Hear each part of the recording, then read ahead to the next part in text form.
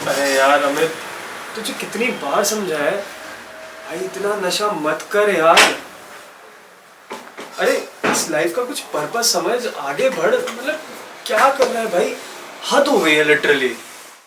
मैं क्या करूं यार, मुझे इसकी आदत सी हो गई है, मैं नहीं छोड़ पा रहा हूं भाई।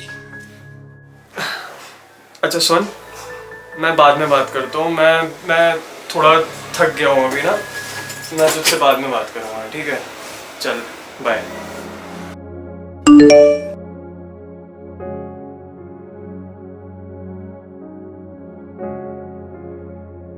सितंबर 11, 1893।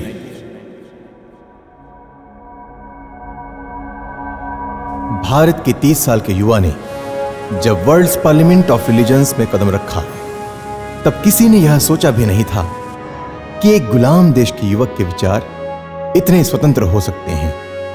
मात्र 6 मिनट की अपनी स्पीच में उन्होंने विश्व के सामने भारत और उसकी संस्कृति तथा धर्म को इस प्रकार प्रस्तुत कर दिया कि आज तक उसकी गूंज हमें सुनाई दे रही है। उसका इंपैक्ट ऐसा था कि शिकागो टाइम्स के कुछ रिपोर्टर्स ने यहां तक कह दिया कि इन मिशनरीज ने यह सम्मेलन रखा तो यह सोचकर था कि संसार के सारे धर्मों के लोगों को यहां बुलाकर पछाड़ देंगे, पर इन्होंने यह कभी नहीं सोचा होगा कि भारत से एक ऐसा शूर वीर आ जाएगा जो इनके ही घर में घुसकर इनका ऐसा हाल करेगा कि ये देखते रह जाएंगे। पर क्या था ऐसा अद्भुत और अप्रतिम उस युवक में कि 1 सदी से ज्यादा समय के बाद भी वे एक यूथ आइकन माने जाते हैं।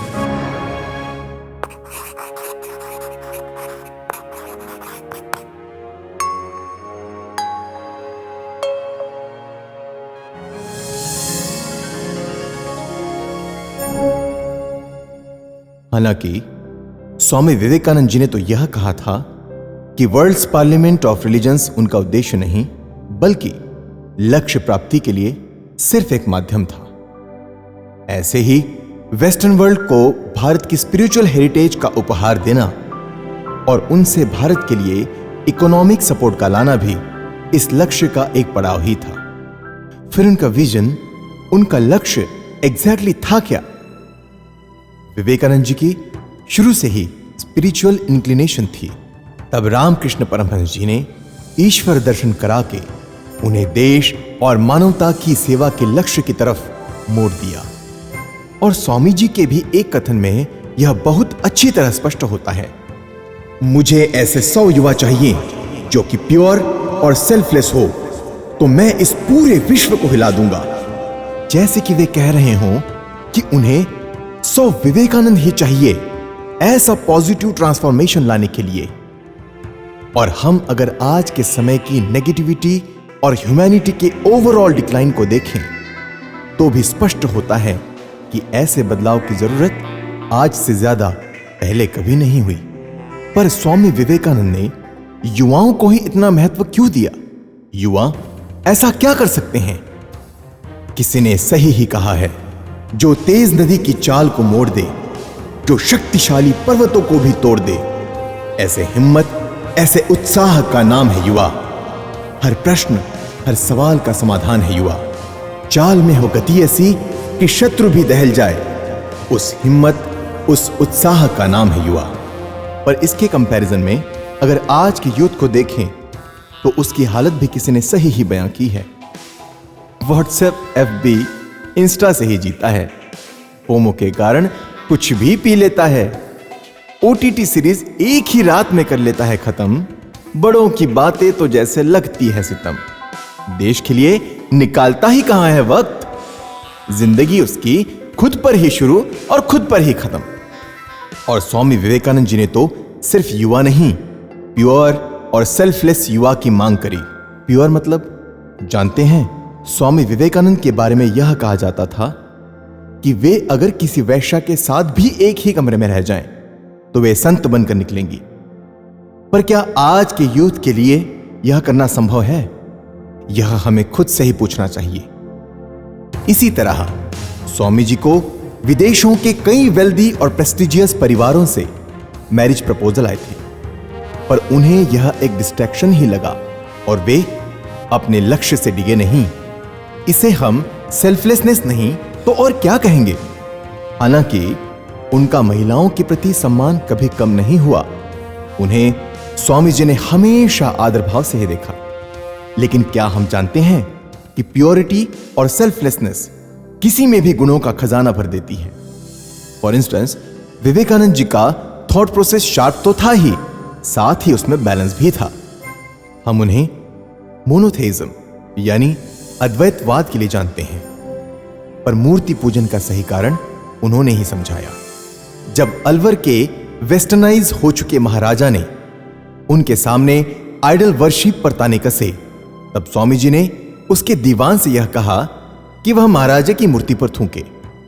महाराजा इससे पहले तो आग बबूला हो गए, पर फिर स्वामी जी ने उसे समझाया कि पूजा किसी पत्थर या धातु से बनी मूर्ति या तस्वीर की नहीं, भगवान की ही होती है।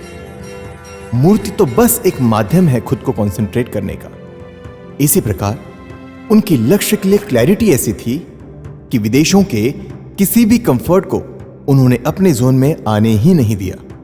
उन्हें हार्वर्ड, कोलंबिया यूनिवर्सिटी जैसे प्रेस्टिजियस इंस्टीट्यूशंस से जॉब ऑफर्स भी मिले, पर उन्होंने वे सभी राइट अवे रिजेक्ट कर दिए। और जब उन्हें लगा कि देश वापस जाने का समय है, तो बिना देर किए वे वापस आ गए। क्या आज का यंग ब्लड अगर एक बार विदेश चला जाए तो वापस आना चाहेगा?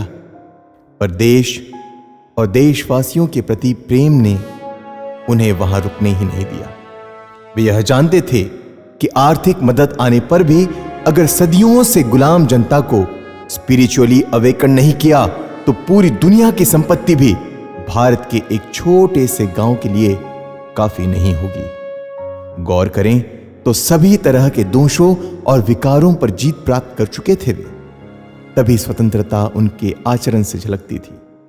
जबकि मोबाइल जैसे एक छोटे से डिवाइस तक का गुलाम हो चुका है आज का ज्यादातर यूथ। अगर उससे पूछा जाए कि रियल हीरोज और रियल हीरोज में वो किसे चुनेगा, तो क्या सही चॉइसेस कर सकेगा आज का युवा? अब निर्णय हमारा है। विवेकानंद ने लाखों को सुधारा, क्या हम खुद से शुरुआत कर सकते हैं? विवेकानंद तो नशे से दूर ही रहे, पर क्या हम ड्रग्स ड्रिंक्स छोड़ सकते हैं? विवेकानंद ने नारी को देवी भाव से ही देखा, क्या हम भी वैसी सोच रख सकते हैं? विवेकानंद देश के लिए ही जिए, क्या हम भी देश की वैसी ही सेवा कर सकते हैं? क्या हम बन सकते हैं उन 100 में से एक विवेकानंद?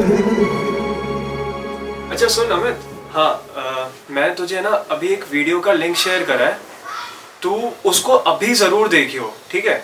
अभी देख तुरंत। हाँ हाँ हाँ चल ठीक है। ओके भाई, ओके बाय बाय।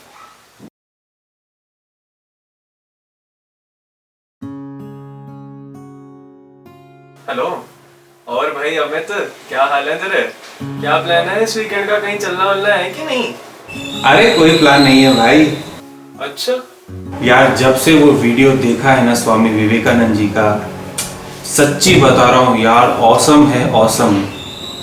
यार उसको देखकर ना मुझे इतनी शर्मिंदगी महसूस हो रही है, मैंने तो यार लाइफ ही बर्बाद कर दी। लेकिन बस अब मुझे भी उनके जैसे बनना है, उनके जीवन चरित्र को अपने अंदर लाना है यार। बढ़िया यार, मैं पूरी कोशिश करूंगा भाई।